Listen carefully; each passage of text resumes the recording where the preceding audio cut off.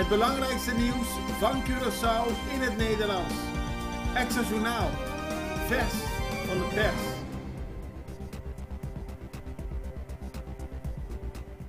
Welkom bij Extra Journaal. Fijn dat u weer kijkt. We hebben het belangrijkste nieuws uit Curaçao en omstreken voor u op een rijtje gezet. En op die manier bent u weer op de hoogte wat er allemaal gebeurt op Dushi Curaçao. En er gebeurt veel op Curaçao, zeker aankomend weekend. Daarover later meer. We beginnen met het belangrijkste nieuws van vandaag. En het belangrijkste nieuws van vandaag gaat over Enya, want vandaag gaat de ministerraad van Curaçao over Enya vergaderen. En dat zei de minister van Financiën, Javier Silvania, gisteren in antwoord op vragen van Sheldry Osepa, parlementariër voor de PNP. Volgens Silvania is het belangrijk dat de ministerraad speciaal over Enya gaat praten, omdat er veel vragen zijn, onder meer over de financiële positie van het bedrijf, sinds er problemen zijn met de vorige eigenaar Hoensang Ansari van Parman International Group.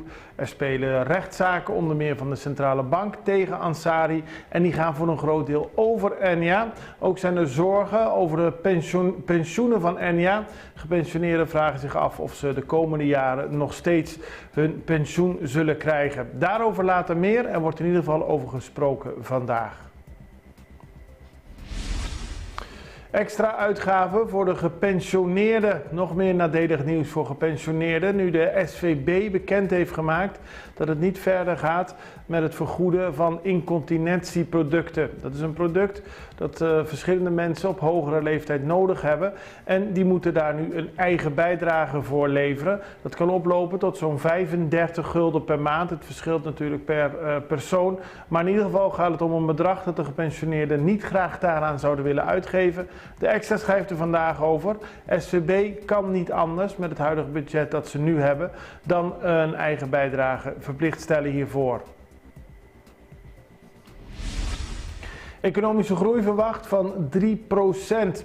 Dat heeft het International Monetair Fonds bekendgemaakt. Dat is een groei die lager is dan in de periode 2021-2022. En ook zou dit betekenen dat de economische groei vergeleken met andere landen in het Caribisch gebied minder snel gaat. Kort gezegd, pas in 2026 zullen we weer op het niveau zijn waarop we waren in 2020, dus voor de coronaperiode.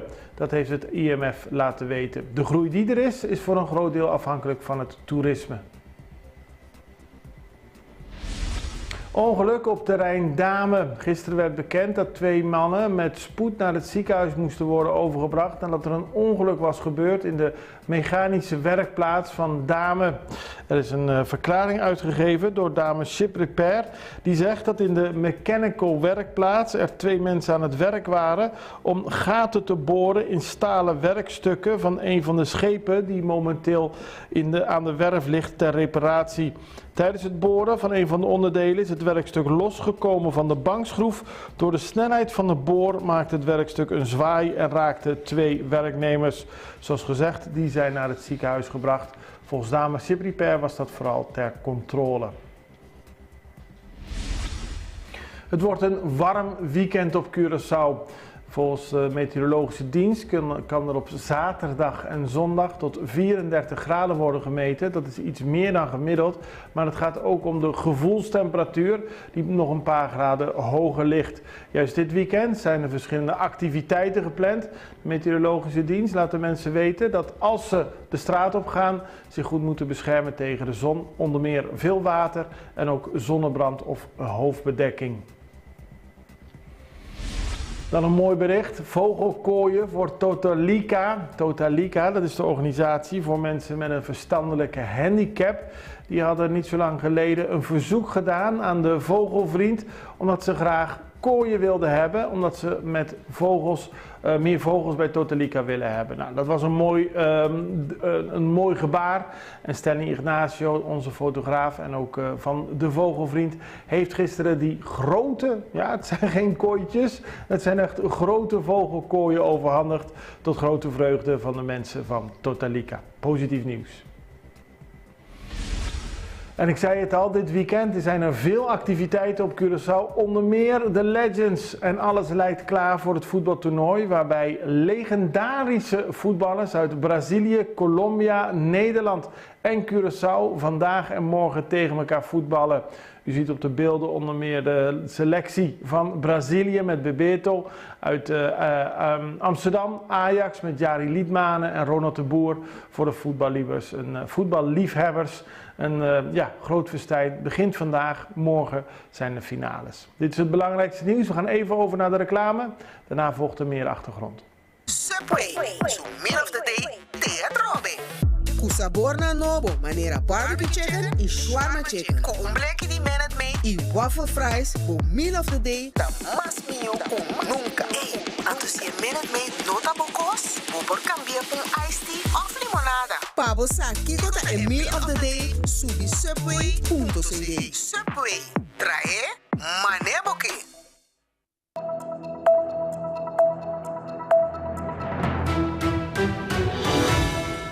Het Centraal Bureau voor de Statistiek heeft tussen oktober 2022 en februari 2023 een arbeidskrachtenonderzoek gedaan. Een van de onderdelen ging over sociale media en die resultaten zijn deze week gepresenteerd. Vooral de vraag van welke sociale media maken we op Curaçao gebruik. We vroegen het aan directeur van het CBS, Sean de Boer. Nou, wat wij merken is dat vooral in 2020 een klein beetje verschuiving heeft opgetreden. Maar nog steeds hebben we te maken met een hoog gebruik van de WhatsApp. Nou, dat weten we al. Dat gebruiken echt heel veel mensen. Dat gebruikt heel veel mensen. We weten dat men nog steeds Facebook gebruikt, nog steeds Messenger, maar YouTube is op de tweede plaats. En dan uiteraard Facebook, Messenger, Instagram volgen daarop. De reden dat wij deze volgorde hebben is omdat Facebook, vooral bij Facebook, een kleine verschuiving heeft opgetreden. In welke zin? In de zin dat er dus minder gebruik van Facebook wordt gemaakt, ja. En men gaat dus minder bekende media gebruiken, vooral onder de jongeren. En welke zijn dat? En dat zijn de LinkedIn, de Twitter, de Instagram. Dat zijn social media's die dus nu iets meer groei meemaken. Toch niet heel veel, maar iets meer groei maken. En je ziet vooral ouderen of mensen met een hogere leeftijd gebruik gaan maken van Facebook.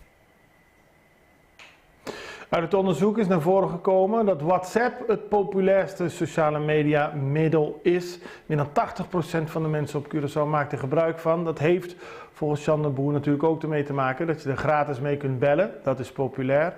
We stelden hem nog meer vragen, onder meer naar het verschil in gebruik van sociale media tussen de verschillende seksen. Wat betreft het verschil tussen mannen en vrouwen, is dat duidelijk of niet? Ja, nou, niet bepaald, maar wel dat vrouwen, en dat is logisch, vrouwen meer gebruik maken van dingen zoals Pinterest. Kijk, dat heb je, want daarop kan je bepaalde zeg maar huishoudelijke tips kan je vinden. Maar je vindt ook andere zaken die het vrouwelijk geslacht meer gebruik van maakt. Het is in ieder geval interessant en we zien het zelf in ons dagelijks leven. Het speelt een belangrijke rol in het leven van veel mensen. Dat zeker. Ik denk dat de komende jaren voor internet veel meer gebruikt gaat worden. Zeker rekening houden met dingen zoals artificial intelligence. Was aan het opkomen en het is nu echt aan het groeien. Dus ik denk dat mensen inderdaad veel meer gebruik gaan maken van het internet en de social media gebruiken om meer te communiceren en informatie op te vangen. En dan gaan we naar het Caribbean Sunsplash Festival, een andere activiteit van dit weekend. Het begint vandaag, vrijdag, Morgen is de tweede dag. We spraken erover met Carmela Polion, die nog druk bezig is met de laatste voorbereidingen. We gingen gisteren een kijkje nemen bij Festival Center en vroegen haar hoe staat het ermee met alle voorbereidingen.